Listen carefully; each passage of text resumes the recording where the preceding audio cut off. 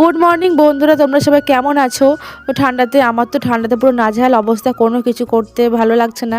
কিন্তু কি করব, নিজের সংসারের কাজ তো নিজেকে করতেই হবে। এদিকে আমি স্নান টান করে জামা কাপড়গুলো মেলে দিলাম।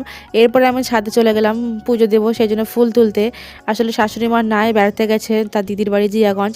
সেই জন্য একা হাতে আমাকে সমস্ত কিছু করতে হচ্ছে, সেই জন্য আমার একটু কষ্টটা একটু বেশি হয়ে যাচ্ছে।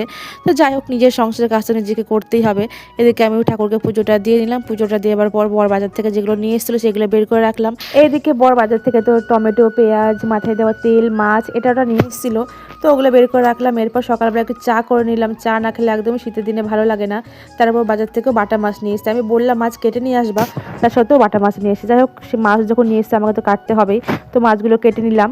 আর এদিকে সকালবেলায় জলখাবারের জন্য লুচি আর আলুর তরকারি করেছিলাম। আর দুপুরবেলায় বেশি কিছু করিনি, যে মাছগুলো নিয়ে এসেছিলো ওই আলু ফুলকপিতে বাটা মাছের ঝোল করেছিলাম।